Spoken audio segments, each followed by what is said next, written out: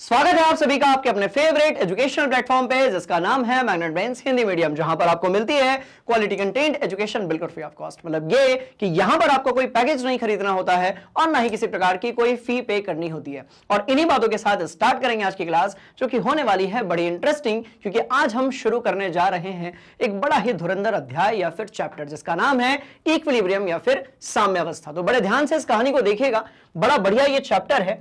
और ना ये चैप्टर की तो अलग दहशत है, मतलब आप ये समझ लो एकदम अल्ट्रा प्रो मैक्स लेवल की इस चैप्टर की क्या होती है भाई, दहशत होती है।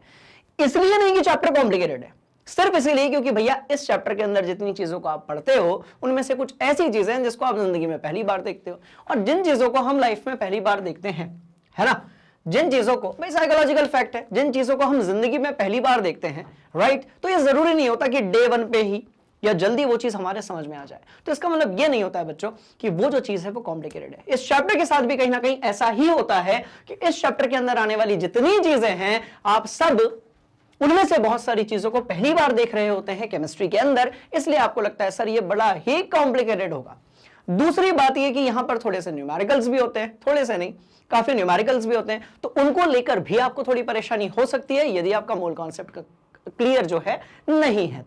तो ये सारी चीजें हैं, पर अपने को कोनो परेशान होने की जरूरत नहीं है। मैं आपको एक एक चीज बताने वाला हूं। मतलब आप ये समझ लो कि यदि आपको इक्विलिब्रियम का ई भी नहीं आता होगा, साम्यावस्था का यदि आपको स भी नहीं आता होगा, तो भी घबराने वाली कोनो बात नहीं है, क्योंकि आज की क्लास में अपन ए से लेकर जेड तक जो साम्यावस्था है ना उसको समझेंगे, है ना। एक उदाहरण के साथ इस कहानी की शुरुआत करते हैं, बड़े ध्यान से देखिएगा ये इक्विलिब्रियम या फिर साम्यावस्था का मतलब क्या होता है। ठीक है, चलो आओ भैया आओ, रगड़ते हैं इस कॉन्सेप्ट को और इक्विलिब्रियम जैसी चीजों को सीधे खोपड़ी के अंदर सेट करते हैं। कहीं पर यदि डाउट आता जाएगा तो कमेंट बॉक्स में आप अपने डाउट्स को पूछते रहेंगे। मैंने कहा भैया मेरे पास एक डिब्बा है, आपने कहा सर डिब्बा ही तो है ना, ठीक है ये रहा डिब्बा। मैंने कहा कि यहां पर मेरे पास एक डिब्बा है, और मैंने कहा कि भैया मेरे पास यहां पर भी एक डिब्बा है, राइट। मैंने कहा कि यहां पर भी मेरे पास एक डिब्बा है। यार इस डिब्बे को अपन थोड़ा छोटा बना लेते हैं। बहुत ध्यान से देखना बेटा, बहुत सिंपल है। मतलब आप ये मान लीजिए केमिकल इक्विलिब्रियम को लेकर सिर्फ एवं ही दहशत या जो हवा है या डर का माहौल है वो बनाया गया है। ये चैप्टर भयंकर आसान है, एक बार में आपके कॉन्सेप्ट समझ में आ गया तो फिर आ ही गया। और अपन करने ही वाले इतने सारे क्वेश्चंस हैं कि कॉन्सेप्ट जो है वो आपके ऑटोमेटिकली कैसा होगा, समझ में आएगा। बहुत ध्यान से देखिएगा, मैंने एक डिब्बा यहां पर बनाया है, उसको मैंने बेटा इस जगह पर रख दिया, ठीक है। मैंने एक डिब्बा जो है वो इस जगह पर बनाया है, उसको मैंने यहां पर रख दिया। अब इस वाले डिब्बे के अंदर मैंने भरा है भैया जल, ठीक है जी। इस डिब्बे के अंदर मैंने भरा है जल, डिब्बा है इसके अंदर मैंने जल भरा है। आपने कहा हाँ जी सर ठीक है, चलो। अब बच्चों यदि इसके अंदर जल भरा हुआ है और यदि हम इसको जो है नीचे से ऊष्मा देते हैं, और यदि हम इसको नीचे से ऊष्मा देते हैं तो क्या होगा? तो आप बोलेंगे सर देखो ये 7th क्लास की केमिस्ट्री हो गई कि जब आप जल को ऊष्मा देंगे और यदि ऊष्मा जल तक पहुंच रही है तो इस सिचुएशन में पता है क्या होगा कि जल जो है वो वाष्पीकृत होगा। मैंने कहा हाँ जी ठीक है जी, बढ़िया है जी, चलो आ जाओ। तो भैया जल जो है आपका वाष्पीकृत होना शुरू हो जाएगा। चलो जल आपका वाष्पीकृत होना शुरू हो जाएगा, और यदि मैं आपसे ये कहूं कि आप इसको रिएक्शन के टर्म्स में लिख दो तो आप बोलोगे सर जल यहां पर द्रव अवस्था से जो है वाष्प की तरफ जा रहा है, इसका मतलब ये कि एक प्रकार का ये भौतिक परिवर्तन है, राइट। ये आपका जो है भौतिक क्रिया है, अभिक्रिया तो नहीं कह सकते। और यहां पर बेसिकली क्या होगा कि जो H2O है आपका, यानी कि लिक्विड स्टेट में जो जल है वो आपका परिवर्तित हो रहा है H2O में और गैसीय अवस्था में, और जल जो है वो परिवर्तित किस में हो रहा है भैया, वाष्प में हो रहा है। चलो बहुत बढ़िया वाली बात। तो आपका जो अभिकारक है वो उत्पाद बन रहा है। आपने कहा सर ये तो बहुत हलवा कॉन्सेप्ट था, खोपड़ी में ही सेट हो गया। चलो तो ये केस ए हो गया बेटा, है ना। इसको मैंने कहा कि ये जो है ये केस ए है अपना। चलो मस्त वाली बात। अब आपका जो जल है वो कैसा हो गया भाई, हो गया ना गर्म, ठीक है। अब हमने मोमबत्ती वहां से हटा दी, उसका हैप्पी बर्थडे अपन ने खत्म कर दिया। चलो अब मैं कह रहा हूं कि मेरे पास एक डिब्बा है जिसके अंदर गर्म पानी भरा हुआ है। अब मैं कह रहा हूं कि भाई मेरे पास एक डिब्बा है जिसके अंदर गर्म पानी भरा हुआ है, या फिर हम उसके अंदर भाप भी ले सकते हैं, या फिर हम उसके अंदर जो है नॉर्मल पानी, जो लेना है वो ले लो, कोई फर्क नहीं पड़ता। चलो आ जाओ। तो मैंने कहा कि अब मेरे पास एक डिब्बा है जिसमें जिसमें जिसमें यही वाला डिब्बा है, पूरा का पूरा जो जल है वो वाष्प में परिवर्तित हो चुका है, यही वाला डिब्बा। जल जो है वाष्प में परिवर्तित हो गया। आपने कहा ओके सर, तो इस डिब्बे को अपन ऐसे बना देते हैं कि भैया वाष्प होगा। हाउ जी, ठीक है जी, मजेदार है जी। चलो, तो स्टूडेंट्स अब मैंने कहा कि भैया वही वाला डिब्बा है पर जल जो है वो वाष्प बन गया, मतलब जल के जो अणु हैं वो दूर दूर चले गए। आपने कहा ओके सर। चलो, तो अब एक काम करते हैं, बहुत ध्यान से देखेंगे आप सभी। एक काम करते हैं तगड़ा वाला इसको हम लोग ना ठंडा होने के लिए रख देते हैं। इसको हम लोग जो है नॉर्मली रख देते हैं, मतलब ठीक है, फ्रिज के अंदर रखने की भी जरूरत नहीं है, बस आप इसको ठंडा होने रख दो। तो उसको मैंने ये यहां पर ऐसे लिख दिया कि भैया इसको आप जो है ठंडा होने रख दीजिए, होने रख दें। तो आपने कहा सर हम इसको ठंडा होने रखेंगे तो उससे क्या होगा कि भाई सीधी सी बात है, धीरे धीरे वो जो वाष्प वहां पर बने थे, जोश में आए थे, ऊर्जा उन्होंने गेन की थी, थर्मोडायनेमिक्स में पूरी कहानियां बनने पड़ी है। अब वो वाष्प वापस से जो है वो जल बनना शुरू हो जाएंगे। धीरे धीरे वहां पर जितने भी वाष्प बने थे बबुआ, वो सारे के सारे कैसे होंगे भाई, जल के अणु बनना शुरू हो जाएंगे। मतलब यहां जो रिएक्शन हो रही है ना, राइट, वो कैसी हो रही है कि H2O जो आपका गैसीय अवस्था में था, अब वो बन रहा है H2O आपका द्रव अवस्था में। तो ये था आपका वाष्प, आपने कहा ओके सर, और ये बन गया आपका जल यानी कि द्रव। तो आपने कहा सर ये अपन एग्जैक्टली जो है 8th क्लास की पढ़ रहे हैं, केमिस्ट्री या साइंस कह लो आप। आपने कहा सर ये तो एग्जैक्टली हम 8th क्लास की साइंस या फिर केमिस्ट्री पढ़ रहे हैं, इसमें कछु कॉम्प्लिकेटेड है ही नहीं। मैंने कहा हाँ जी, कोई कॉम्प्लिकेटेड नहीं है। तो अब ये बताओ कि यहां पर भाई अभिकारक क्या होगा। आपने कहा सर वाष्प जो है वो अभिकारक है, जल जो है आपका वो उत्पाद है। यहां पर केस डिफरेंट था, इसको अपन केस 2 कह देते हैं। बहुत ध्यान से देखना, इसको अपन ने केस 2 कह दिया, बात समझ में। तो स्टूडेंट्स बेटा यहां पर आपका जल वाष्प बन रहा था, उस वाले केस में वाष्प आपका जो है वो जल बन रहा है। हमने कहा ठीक है जी। अब हम एक काम करते हैं, ये तो बहुत इजी था, एकदम हलवा लेवल का, थोड़ी खुरापात करते हैं। क्या करते हैं, थोड़ी सी खुरापात करते हैं, बड़े ध्यान से देखिएगा। तो मैंने कहा भैया एक काम करते हैं, सुनो ना, एक काम करते हैं, बड़ी इंटरेस्टिंग कहानी। एक डिब्बा लेते हैं, एक क्या लेते हैं, तो आपने कहा सर एक डिब्बा ले लेते हैं। ये ले लिया मैंने डिब्बा, और मैंने कहा कि भैया इसको मैं केस 3 बोलूंगा। पूछो क्यों, पूछो क्योंकि पहला और दूसरा तो अब समझ में आ ही गया ना, और तीसरा वाला जो केस है बस वो एक बार समझ लेना, उसके बाद अपन स्टार्ट करेंगे साम्यावस्था। ठीक है, मस्त वाली कहानी। आपने कहा कि सर डिब्बा लेना है ना, ये रहा डिब्बा। आपने कहा ना सर डिब्बा लेना, ये रहा भैया डिब्बा। अरे बबुआ छुटका डिब्बा कहां से बन गया। चलो, तो ये रहा डिब्बा, इसको मैं थोड़ा सा बड़ा बना देता हूं। ठीक है, अब इस डिब्बे के अंदर क्या हो रहा है, बहुत ध्यान से देखेंगे। एक ऐसी सिस्टम है, एक ऐसी अवस्था है कि जितना आपका जल है, ठीक है, उससे कम या ज्यादा वाष्प हो सकते हैं। जितना जल है उससे कम या ज्यादा वाष्प हो सकते हैं। तो भाई नीचे की तरफ जल है और ऊपर की तरफ वाष्प है। चलो, नीचे की तरफ जल है और ऊपर की तरफ क्या है, तो आपने कहा सर वाष्प है। चलो भैया ये भी ठीक है। अब मैं कह रहा हूं कि यदि अपन जादू लगाए, अपन न्यूटन का जो है 20वां नियम लगाए, ऐसा कुछ नहीं होता है। ठीक है, तो मैं कह रहा हूं कि एक ऐसी सिस्टम है, एक ऐसा केस मान लीजिए कि जितना जल, मैं कह रहा हूं कि आप एक काम करो, ऐसा मान लो कि जितना जो जल है ना, जितना जो जल है वाष्प में परिवर्तित होगा, यदि उतना ही वाष्प जल में परिवर्तित हो जाए। मैंने कहा कि 10 अणु जल के जो हैं वो वाष्प बन गए, तो एक साइड से जल के 10 अणु जो थे वो वाष्प बन गए, और दूसरे साइड से, बड़े ध्यान से देखिएगा, बड़े इंटरेस्टिंग कहानी, इसके बाद अपन एग्जांपल ही एग्जांपल लेंगे इसके। ठीक है, तो मैंने कहा भैया एक तरफ तो 10 के जल के जो है 10 अणु वो वाष्प बन गए। आपने कहा ओके सर। उसी समय पर वाष्प के जो 10 अणु थे, राइट, वो कलेक्ट होकर आपस में क्या आ गए भाई, जल बन गए। इसका मतलब यदि इस वाले समीकरण को मैं रिप्रेजेंट करने की कोशिश करूंगा तो मैं ऐसे कुछ रिप्रेजेंट करूंगा कि भैया यहां तो जो है रिएक्शन दोनों तरफ चल रही है, कि अभिकारक जो है वो उत्पाद बन रहा है, और जो उत्पाद है भैया वो बन रहा है क्या, अभिकारक। आपने कहा वाह सर, ये तो एक नया ही कुछ देखने मिला। तो हमने कहा भैया अभिकारक जो है वो उत्पाद बन रहा है, अभिकारक अभिकारक अभिकारक जो है वो उत्पाद बन रहा है, और आपका जो उत्पाद है वो क्या बन रहा है भाई, अभिकारक बन रहा है। ऑन द सेम वे, तो मेरे को 2 ऐसे एरो लगाने पड़ेंगे ना, मुझे 2 ऐसे एरो लगाने पड़ेंगे कि जितना अभिकारक, बहुत ध्यान से देखना, जितना अभिकारक उत्पाद में परिवर्तित हो गया, बस उतना ही उत्पाद बस उतना ही उत्पाद जो है वो परिवर्तित किस में हो गया? तो आपने कहा सर अभिकारक में परिवर्तित हो गया। अपन इसको प्रैक्टिकली भी देख सकते हैं, ध्यान से देखो। ये देखो, अभी यहां तक तो आपको जल दिख रहा है बेटा, पर ये जो ऊपर वाला पोर्शन है यहां पर इसके पक्का जल वाष्प होंगे। तो कुछ ऐसी सिचुएशन अपन ने ली कि जितने जल के जो अणु हैं यदि वो वाष्प में परिवर्तित हो जाते हैं, राइट, और जितना वाष्प है, जितने जल के अणु वाष्प में परिवर्तित हुए उतने ही यदि वाष्प के अणु जो हैं जल में परिवर्तित होंगे, तो आप सबसे पहले तो ये बोलेंगे कि सर अभिक्रिया तो हो रही है पर ना तो जल की सांद्रता में परिवर्तन आ रहा है और ना ही वाष्प की सांद्रता में परिवर्तन आ रहा है।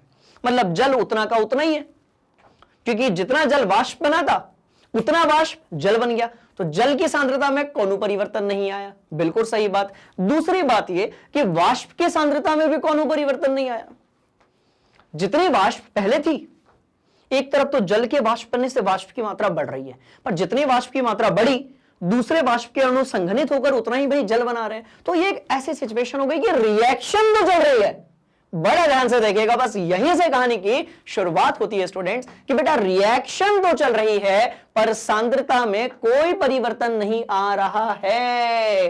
क्या बात है? तो हमने कहा कि यहां तो है भैया जादू। हमने कहा कि यहां तो हमारे पास है जादू। बहुत ध्यान से देखिएगा, यहां पर हमारे पास क्या है? तो आपने कहा सर, अरे रुको ये मजा नहीं आया, ठीक है। तो आपने कहा सर यहां तो अपने पास है जादू, राइट। अब इस जादू से मिला क्या वो देखते हैं, आ जाओ। तो स्टूडेंट्स इस जादू से क्या मिला कि अभिक्रिया तो चल रही है, अभिक्रिया चल रही है, पर अभिक्रिया का चलने का मतलब क्या होगा कि आपका अभिकारक जो है वो उत्पाद बन रहा है और उत्पाद जो है वो क्या बन रहा है? अभिकारक बन रहा है। तो आपने कहा सर अभिक्रिया तो चल रही है पर अभिकारक एवं उत्पाद की सांद्रता, सांद्रता क्या? तो जिसको हम सब लोग मात्रा कहते हैं उसको पढ़े लिखे लोग सांद्रता कहते हैं। चलो भैया ठीक है, तो मात्रा या फिर सांद्रता जो है उसमें कोई परिवर्तन नहीं आ रहा। तो हमने कहा भाई अभिक्रिया तो चल रही है पर अभिकारक और उत्पाद की जो सांद्रता है, मात्रा है, वो बिल्कुल कैसी बनी हुई है? स्थिर बनी हुई है। मात्रा स्थिर बनी हुई है, स्थिर बनी हुई है। आपने कहा सर ये तो एक स्पेशल केस हो गया। बिल्कुल सही बात। तो अभी तक बच्चों केमिस्ट्री में हम लोग मैक्सिमम टाइम या तो अभिकारक से उत्पाद बनते हुए देखते थे या फिर हम लोग जो है उत्पाद से अभिकारक बनते हुए देखते थे। बात समझ में आई? बड़ी इंटरेस्टिंग कहानी।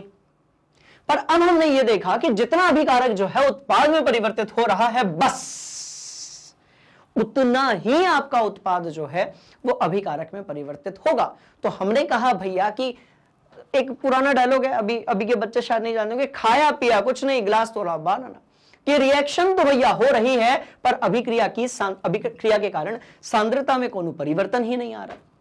तो ये जो अवस्था है, बात समझ में आई? ये जो अवस्था है अभिकारक और उत्पाद की समान रहने की जो अवस्था है, बस उसी को अपन क्या कहते हैं? साम्य अवस्था। खेल हो गया खत्म। इतनी सी कहानी थी बस।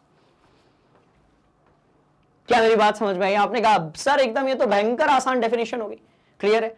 चलिए, तो भैया अब रिएक्शन तो चल रही है पर सांद्रता में कोई परिवर्तन नहीं आ रहा, क्योंकि जितना अभिकारक उत्पाद बनेगा उतना ही उत्पाद अभिकारक बन जाएगा। तो इसको हम थोड़ा और इफेक्टिव तरीके से लिखते हैं। अब हमने कहा यार सुनो ना, जब दोनों एरोज ऐसे बनाने ही बनाने हैं तो एक काम करते हैं, फिर इसको यहां से अपन मिटाते हैं, अपन बनते हैं हीरो। क्यों बनते हैं अपन हीरो? क्योंकि अपने कॉन्सेप्ट क्लियर है भैया, पढ़ाई में अपन हीरो है। ये लो, तो हमने कहा कि भैया सुनो ना, ऐसे वाले एरो बना दो यार, ये बड़े मजेदार एरो होते हैं। बात समझ में आई? खत्म बात। तो यदि आपको कहीं पर भी ऐसा एरो दिखे, कहीं पर मतलब अभी थर्मोडायनेमिक्स में अपन देख कर आए, हमने कक्षा 10वीं में भी एक दो जगह देखा था। तो यदि ऐसे वाले तीर आपको दिखते हैं जो कि दोनों तरफ जा रहे हैं बराबर, तो उस सिचुएशन को हम क्या कहते हैं भाई? साम्यावस्था कहते हैं, इक्विलिब्रियम कहते हैं। खत्म बात। चलिए, तो आप क्या करेंगे? सबसे पहले नोट ही तो करेंगे ना। कर लो जल्दी कर लो। तो आप बोलेंगे सर ये तो मतलब सीनियर्स, बड़े भैया दीदी फालतू इस चैप्टर से डराते थे, बड़ी सिंपल सी कहानी है। अब आप बोलोगे सर डे 1 है ना, पहला लेक्चर तो सर हर चैप्टर का इजी लगता है, फिर जैसे जैसे आगे बढ़ते हैं फिर ऊपर ऊपर से जाने लगता है। अरे नहीं जाएगा, पूछो क्यों? पहला अध्याय अपन ने बढ़िया से पढ़ा है, 5वां अध्याय भी अपन ने बढ़िया से पढ़ा है, इन दोनों के कॉन्सेप्ट यहां पर यूज होंगे, राइट। मैं रिवाइज भी करवाता जाऊंगा और आप मेरे टॉपिक वाइज लेक्चर से जाकर देख भी सकते हैं बेटा, ठीक है। चलो, क्या बात समझ में आ गई? तो हमने कहा कि भैया सुनिए एक बात, कुछ एक पॉइंट्स हैं उसको खोपड़ी के अंदर हम क्या करते हैं भाई, नोट कर लेते हैं। चलो, कुछ एक पॉइंट्स हैं उसको हम खोपड़ी के अंदर क्या करते हैं, अरे नोट कर लेते हैं यार, खत्म, हमेशा के लिए जो है टेंशन ही खत्म कर देते हैं। आ जाओ आ जाओ, ठीक है। कि अभिक्रिया के चलने पर, अभिक्रिया तो चल रही है, तो चल रही है, पर ठीक है, जितना अभिकारक उत्पाद बन रहा है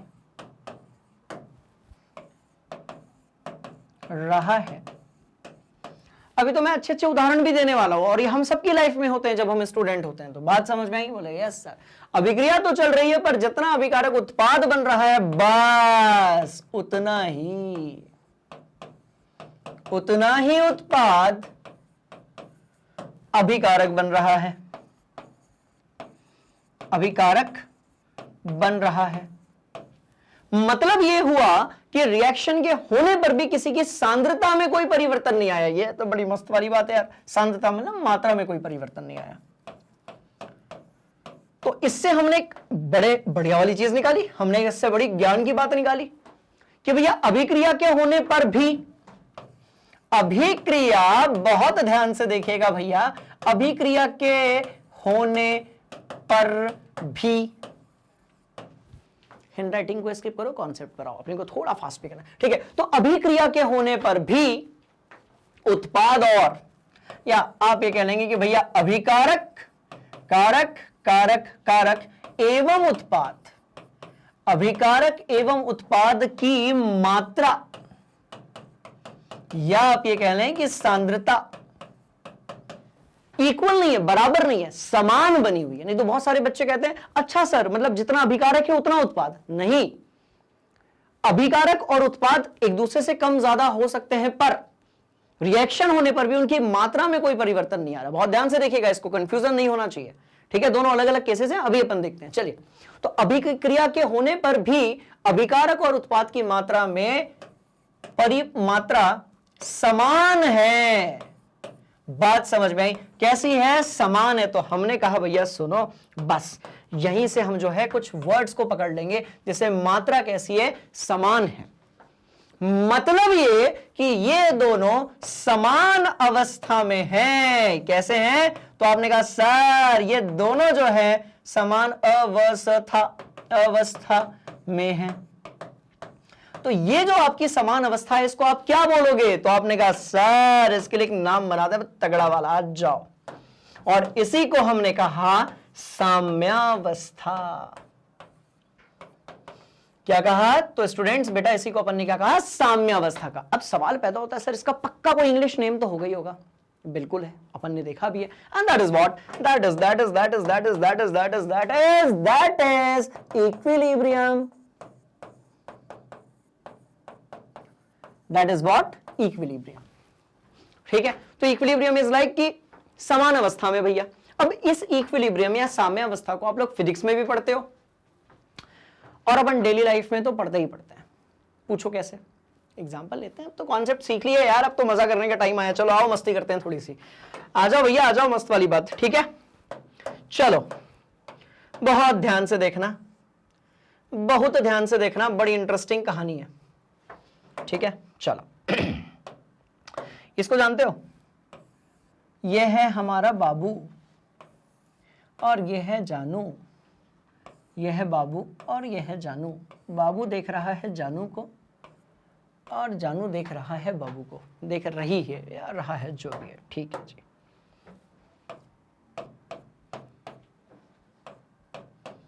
चलिए, बड़ी इंटरेस्टिंग कहानी कि भैया एक तरफ तो आपके पास है बाबू आपने कहा सर एक तरफ तो जो है बाबू है और एक तरफ जो है जानू है। भैया नाम है, हाँ नाम है, एक का नाम बाबू है और दूसरे का नाम क्या है, जानू है, जानू। ठीक है, बहुत ध्यान से देखना। अब बाबू ने क्या किया, बाबू ने जो है जानू को 10 रुपए दिए और उसी समय पर जानू ने एक दूसरे हाथ से बाबू को जो है क्या दे दिया, तो भैया 10 रुपए दे दिए। अब बाबू कह रहा है कि मैंने तो जानू को 10 रुपए दिए। अच्छा, जानू देगा ये गारंटी नहीं है, पर हम एक केस मान रहे हैं कि भाई जानू ने भी बाबू को 10 रुपए दे दिए। अब बाबू ने जानू को 10 रुपए दिया, जानू ने भी बाबू को जो है 10 रुपए दिया। मतलब भैया रिएक्शन जितनी अभिकारक से उत्पाद की तरफ हुई, बस उतनी ही रिएक्शन जो है उत्पाद से किस तरफ हुई, अभिकारक की तरफ हुई। मतलब पैसों का लेन देन तो हुआ, पर अभी भी बाबू के पास 10 रुपए हैं और इसके पास भी 10 रुपए हैं, जानू के पास भी। मतलब ये कि लेन देन तो हुआ, पर जो पैसा है, राइट, जो वैल्यू है, जो भी अमाउंट है, उसमें कोई चेंज ही नहीं आया। तो ऐसी सिचुएशन को अपन साम्यावस्था कहते हैं। बात समझ में आई? ऐसी सिचुएशन को अपन क्या कहते हैं भाई, साम्यावस्था कहते हैं। मतलब साम्यावस्था के कारण, साम्यावस्था के कारण, साम्यावस्था के कारण, बहुत ध्यान से देखेंगे बेटा, साम्यावस्था के कारण पैसे में, रुपये में, बेसिकली रुपए में कोई कमी या ज्यादा नहीं हुआ। क्या ये बात समझ में आ गई? आपने कहा हाँ जी सर। ऐसा दिवाली में कई बार होता है, ऐसा दीपावली के समय पर जब मिठाइयां डिस्ट्रीब्यूट की जाती हैं तो उस टाइम पर कई बार होता है। मैं कह रहा हूं भाई, एक कॉलोनी में 3 जो है रिलेटिव आपके जो है कौन रहते हैं, मैं घर बना रहा था यार, क्या बन गया, मैंने कहा एक कॉलोनी में जो है 3 पड़ोसी रहते हैं, और भी होंगे उधर। ठीक है, बात समझ में आई? अब क्या हुआ, बड़े ध्यान से देखिएगा कि इन्होंने इनके घर पर आकर एक मिठाई का डिब्बा दिया। दिवाली के लिए स्पेशल आते हैं ना वो, देखना, वो नॉर्मल सिचुएशन में वो चीज 150 रुपए की आपको मिलेगी, दिवाली के टाइम पर उसी की पैकिंग शैकिंग करके वो 150 रुपए की जो चीज होती है उसको 350 रुपए का बना दिया जाता है। बात समझ में? आपने कहा हाँ जी सर, हम सब करते हैं सर। चलिए भैया, तो ये आपके जो है ए घर हो गया, ये आपका बी घर हो गया और ये आपका सी घर हो गया। ये आपके बाबू का घर है, आपके बाबू का नहीं, मतलब सिर्फ बाबू का घर है, ये जानू का घर है और ये सोना का घर ले लो आप। ठीक है, अब बाबू ने जानू को जो है एक मिठाई का डिब्बा दिया, उसी कंपनी को जानू ने जो है सोना को दे दिया। सेम कंपनी का जो मिठाई का डिब्बा है भैया जानू ने सोना को दे दिया। बात समझ में आई? तो जानू ने भी जो है सेम कंपनी का दूसरा डिब्बा जो है वो किसको दे दिया भाई, सोना को दे दिया। तो अब जानू के पास एक तरफ से कोई डिब्बा आया और एक तरफ से चला गया। बात समझ में आई? इसका मतलब हम ये कहेंगे कि भैया रिएक्शन तो हुई, हम ये कहेंगे कि कुछ ना कुछ तो चल रहा है, पर उसके बाद भी अभी भी जानू के पास जो है एक मिठाई का डिब्बा बचा हुआ है। ये भी क्या होगी? तो आपने कहा सर ये तो साम्यावस्था होगी।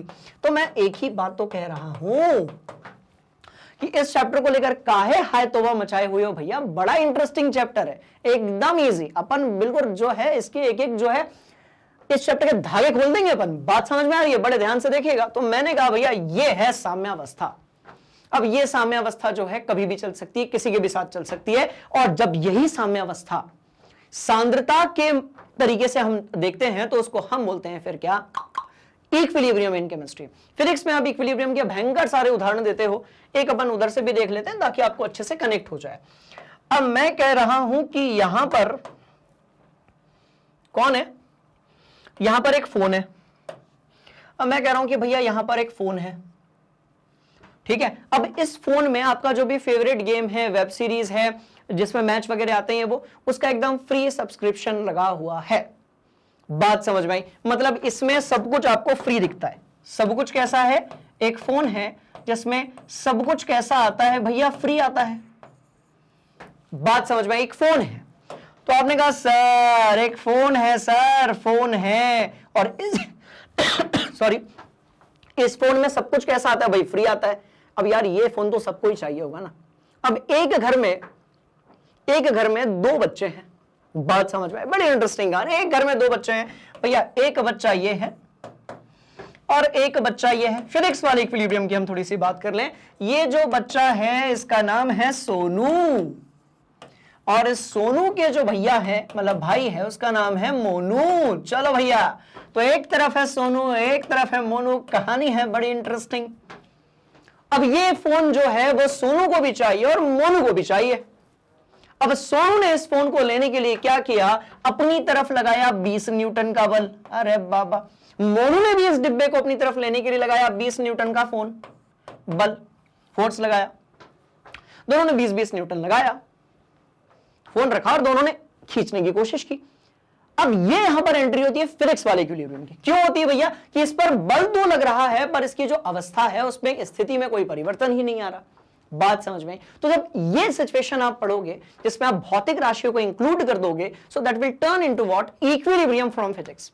अभी हम बात करें इक्विलिब्रियम इन केमिस्ट्री की। तो ऐसा है बच्चों कि ये जो वर्ड ऊपर लिखा हुआ है ना, इसको अपन जानते बहुत पहले से हैं, बस इसके बारे में हमने बहुत ज्यादा पढ़ा नहीं था। इसका एक छोटा सा डेमो हमने लिया था ऊष्मागतिकी यानी कि थर्मोडायनेमिक्स के लास्ट वाले टॉपिक में, जहां पर हमने गिब्स एनर्जी को कनेक्ट किया था किसके साथ में, रासायनिक साम्यता स्थिरांक के साथ में। क्लियर हो गई कहानी? आपने कहा हाँ जी सर, ठीक है। एक बेस्ट एग्जाम्पल बताऊं, बेस्ट एग्जाम्पल, एक कान से सुनना, दूसरे कान से बाहर निकालना, ये भी आपके साम्यता की क्या होगी, एक बढ़िया वाला तगड़ा वाला उदाहरण होगा। क्लियर हो गई कहानी? आपने कहा हाँ जी सर, ठीक। तो बल तो लग रहा है, फोन कहीं नहीं जा रहा, फिजिक्स इक्विलिब्रियम, ठीक है जी। कुछ इसी तरीके से बाबू जानू के बीच में, ध्यान से देख लो। तो आप इसे नोट करेंगे, हम आगे बढ़ेंगे, बड़ा मजा आने वाला है। चलिए चलिए स्टूडेंट, तो आपने भैया इसको नोट कर लिया, स्क्रीनशॉट वगैरह सब ले लो। बाबू जानू सोना मोना की कहानी आपके दिमाग के अंदर फिट की जा चुकी है, और आप ये भी समझ चुके हो कि रिएक्शन चल रही होगी, पर जितना अभिकारक उत्पाद में परिवर्तित होगा बस उतना ही उत्पाद जो है वो अभिकारक में परिवर्तित होगा। अब बस दो चीजें यहां पर अपन बार बार पढ़ेंगे, इनफैक्ट तीन चीजें, तीनों ही चीजें बड़ी सिंपल है। पहला, एक तो बेटा अपन अभिक्रिया पढ़ेंगे, बात समझ में। दूसरा हम जो है न्यूमेरिकल्स देखेंगे, दूसरा जो है हम न्यूमेरिकल्स देखेंगे, तीसरा हम ग्राफ देखेंगे। और मेरी बात आप बड़े ध्यान से सुनो, अब ये समझ में आपके आ गया कि भाई साम्यता क्या होती है। अब मेरी बात बड़े ध्यान से आप सभी सुनेंगे कि sir sir sir sir sir, फिर सब लोग क्यों बोलते हैं कि ये चैप्टर लेंदी है, कॉम्प्लिकेटेड है, क्या सवाल आता है, समझ में नहीं आता। ये ऐसा इसीलिए है क्योंकि इस चैप्टर में बहुत सारे क्वेश्चंस आपको दिख सकते हैं जिसको आप पहली बार देख रहे हो, ठीक है। और जिन चीजों को हम पहली बार देखते हैं, क्या बताया था मैंने आपको कि जिन भी चीजों को हम पहली बार देखते हैं, ठीक है, और यदि वो समझ में नहीं आती तो पहली बार में कोई भी चीज किसी के समझ में आ ही नहीं सकती, आपको थोड़ा सा समय बिताना पड़ेगा। तो इस चैप्टर के अपन करेंगे क्वेश्चंस की प्रैक्टिस। जैसे जैसे आप प्रैक्टिस करोगे, राइट, वैसे वैसे जो कॉन्सेप्ट है वो आपकी खोपड़ी के अंदर सेट होता जाएगा। और याद कुछ करना ही नहीं है फिजिकल केमिस्ट्री में स्टूडेंट्स, बेटा कुछ भी याद अपने को नहीं करना है। अपन जैसे जैसे प्रैक्टिस करेंगे क्वेश्चंस की, एक एक चीज आपके दिमाग में फिट हो जाएगी, कुछ वैसे ही जैसे अभी क्या समझ में आया आपको, साम्यावस्था। गजब बात, पक्का। अब यदि मैं बात करूं कि भाई साम्यावस्था के उदाहरण आप दे दीजिए, तो आप तो 50 ढेरों, मतलब नॉट ओनली 50, ढेरों उदाहरण आप दे देंगे। कैसे? आओ भाई, आओ आओ आओ भैया, थोड़ा और मजा लेते हैं इस टॉपिक का, इस चैप्टर को थोड़ा और शानदार तरीके से राइट खोपड़ी के अंदर सेट करते हैं। तो मैंने कहा कि साम्यावस्था, ओहो, साम्यावस्था के कुछ आसान उदाहरण। तो मैंने कहा भाई साम्यावस्था जो है उसके कुछ आसान हम देख लेते हैं उदाहरण। एक तो यही वाला, ये लो, ये वाली बोतल जो है ना, बात समझ में आ रही है? इस वाली बोतल को तो मैं यदि इसका फ्रेम बना के, हम यदि इसकी फोटो खिंचवा के फ्रेम बना के मैं लगाऊंगा, पूछो क्यों? क्योंकि कम से कम अपने हर चैप्टर में 3 से 4 बार हम उदाहरण के लिए इस डिब्बे को, बोतल को या फिर निकाय को क्या करते हैं भाई, यूज करते हैं। तो बड़ी काम की चीज है ये, ठीक है। चलिए, तो मैं कह रहा हूं कि साम्यावस्था के कुछ आसान वाले उदाहरण बहुत ध्यान से देखना। एक तो ये जल वाला, H2O भैया, H2O भैया, H2O भैया, ठीक है। जल से वाष्प में, और जितना वाष्प बना उतना ही क्या बन गया, जल बन गया। जल के जो अणु वाष्प बने, सेम तो नहीं बन पाएंगे, पर वाष्प के दूसरे जो अणु हैं वो जल में परिवर्तित हो गए। क्लियर है कहानी? आपने कहा हाँ जी सर। चलिए एक और उदाहरण हम लेते हैं, ये भी बड़ा इंटरेस्टिंग है, राइट। मैं कह रहा हूं कि मैंने HCl लिया है किसमें, एक्वस सॉल्यूशन में। क्योंकि सिर्फ HCl जो है वो तो भाई गैसीय अवस्था में होते हैं, उसमें आयन वायन नहीं बनने वाले। ठीक है, इनका सीधा सीधा सा कहना है कि हम आयनाइज तभी होंगे, हम आयन में परिवर्तित तभी होंगे जब हमें एक माध्यम चाहिए होगा, और जल जो होता है उससे अच्छा कोई माध्यम ही नहीं होता है। खत्म बात, चलो आ जाओ। तो मैं कह रहा हूं कि भैया यहां पर H+ है, ये एक्वस हो गया, यहां पर Cl- है, ये एक्वस हो गया।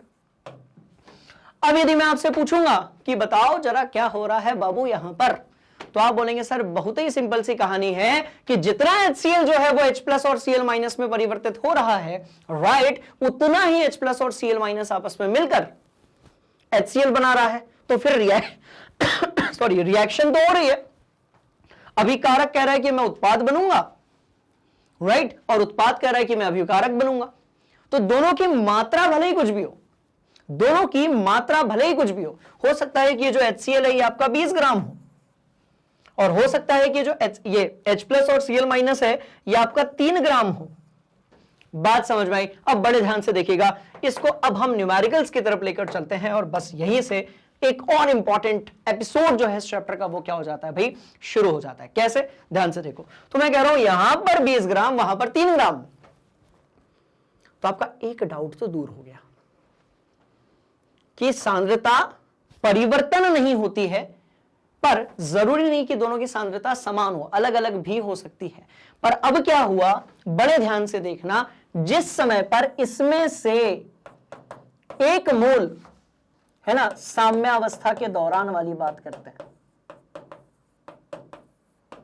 के दौरान मान लेते हैं कि भैया इसका एक मोल जो है वो टूट रहा है, HCl का एक मोल कह रहा है कि हमको नहीं रहना यहां पे, हमारा मन नहीं लग रहा, हम डिस्ट्रैक्ट हो चुके हैं, अब हम टूट जाएंगे। ठीक है जी, तो मैंने कहा भाई जिस समय HCl जो है उसका एक मोल टूट रहा है तो क्या हो रहा है, बहुत ध्यान से देखेंगे, 3+1 हो रहा है, पर उसी समय पर इसका भी एक मोल जो है वो टूट रहा है, तो ये कितना हो जाएगा भाई, 20 के साथ 1 हो जाएगा। तो हुआ क्या, ये एक मोल इसमें जाकर जुड़ गया और ये एक मोल इसमें जाकर जुड़ गया, तो जितना आपका HCl टूटा उतना ही HCl बना, जितने आपके H+ आयन और Cl- आयन बने उतने ही टूट गए। तो रिएक्शन तो चल रही है, पर कॉन्सेंट्रेशन यानी कि सांद्रता में कोई भी परिवर्तन नहीं हो रहा है। क्या ये कहानी समझ में आ गई? आपने कहा सर बहुत शानदार तरीके से, बस नोट कर लो रे बाबा, खेल हो गया खत्म। खेल कैसा हो गया? खत्म हो गया। तो 2 उदाहरण हमने ले लिया, एक और लेते हैं, आ जाओ। बेस्ट, जिसको आपने 10th में देखा, थर्मोडायनेमिक्स में देखा, और अभी अपन देख ही रहे। ठीक है, चलो ये लो भैया, बहुत मजेदार कहानी।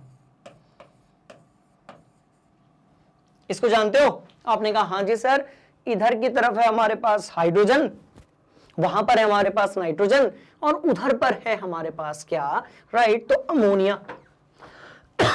सॉरी, तो हाइड्रोजन है, नाइट्रोजन है और अमोनिया है। जितना हाइड्रोजन और नाइट्रोजन आपस में मिलकर अमोनिया बनाएगा, उतने ही अमोनिया के दूसरे अणु टूटकर हाइड्रोजन और नाइट्रोजन बना लेंगे। क्या ये कहानी क्लियर? आपने कहा हाँ जी सर। तो बस ये है आपकी साम्यावस्था। ठीक है, अब ये जो साम्यावस्था है या रासायनिक साम्यता है, केमिकल इक्विलिब्रियम है, इसको हमने अलग अलग भाग में तोड़ दिया। पूछो कैसे? पूछो। तो यदि आप देखेंगे तो ये वाला जो भाग है ना भाई, इसको आप क्या बोलोगे? भौतिक परिवर्तन, हाँ या ना? तो ये कैसा हो जाएगा? तो आपने कहा सर ये कैसा हो जाएगा? भौतिक परिवर्तन। ऑन द सेम वे यदि आप पड़ोस वाली रिएक्शन को देखोगे तो ये रासायनिक होगा, पर यहां पर आयन नहीं बन रहे, सिर्फ अणु ही बन रहे। और इस वाले को यदि आप देखोगे तो ये रासायनिक तो है पर साथ में आयनिक भी है। क्या ये बात समझ में आई? आपने कहा जी सर ये तो बड़ी सिंपल बात है, ऐसा लग रहा है 10th क्लास फिर से पढ़ रहे हैं, ऐसा लग रहा है कुछ बड़ा बेसिक पढ़ रहे हैं और शानदार पढ़ रहे हैं केमिस्ट्री से, बहुत बढ़िया। तो यहां मैं कह रहा हूं भाई भौतिक परिवर्तन, यहां पर है रासायनिक परिवर्तन और यहां आयनिक परिवर्तन। तो अब इस चैप्टर में पढ़ना क्या है वो देख लेते हैं। बहुत ध्यान से देखिएगा, एकदम मुद्दे की बात, नोट कर लो, स्क्रीनशॉट लो, नोट करो, मजेदार। तो इस चैप्टर में हमें देखना है साम्यावस्था के प्रकार,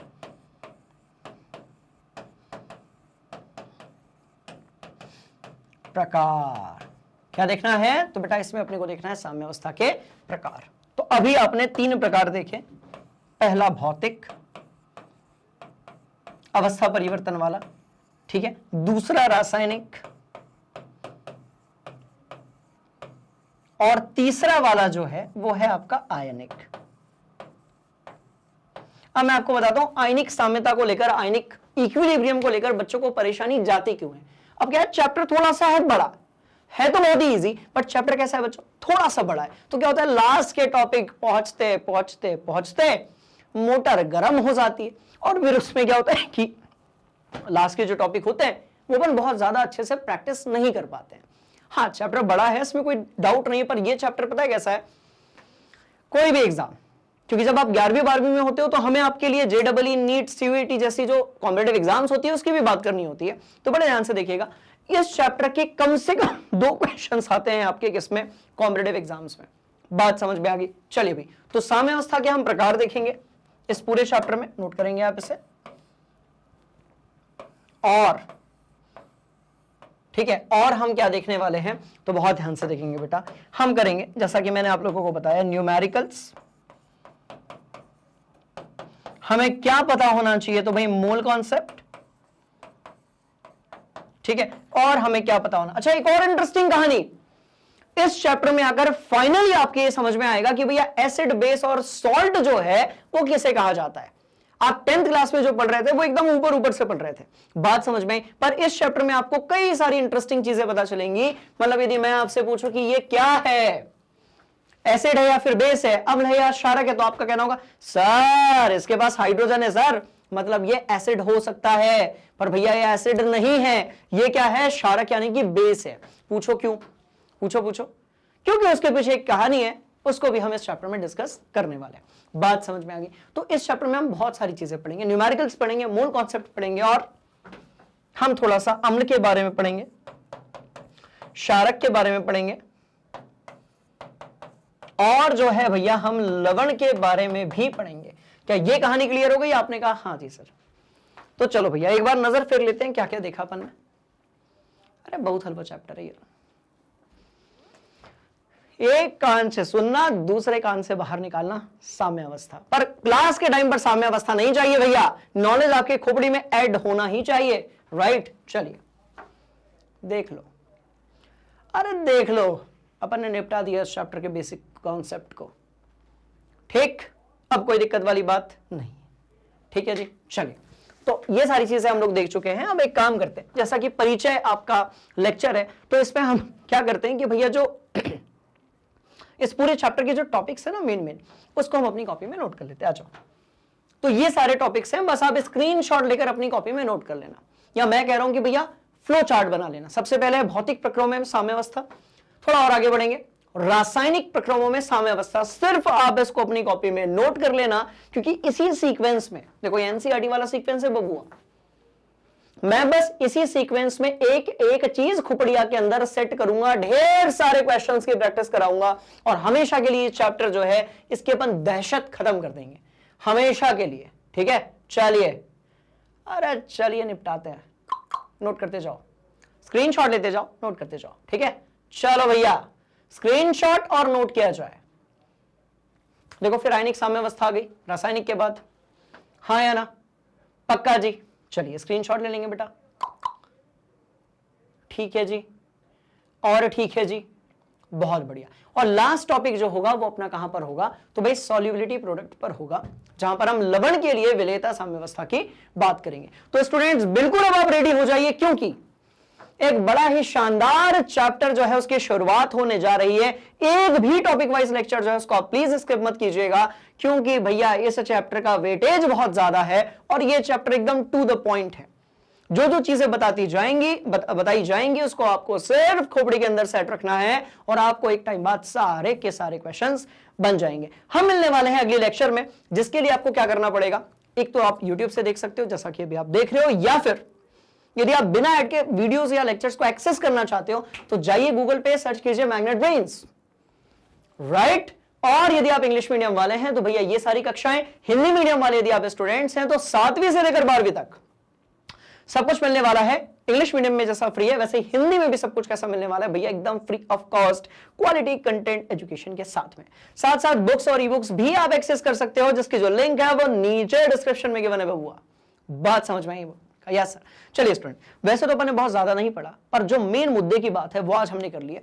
फिर भी यदि कोई डाउट होता है तो कमेंट बॉक्स में जाकर आप अपना डाउट जो है वो पूछ सकते हैं।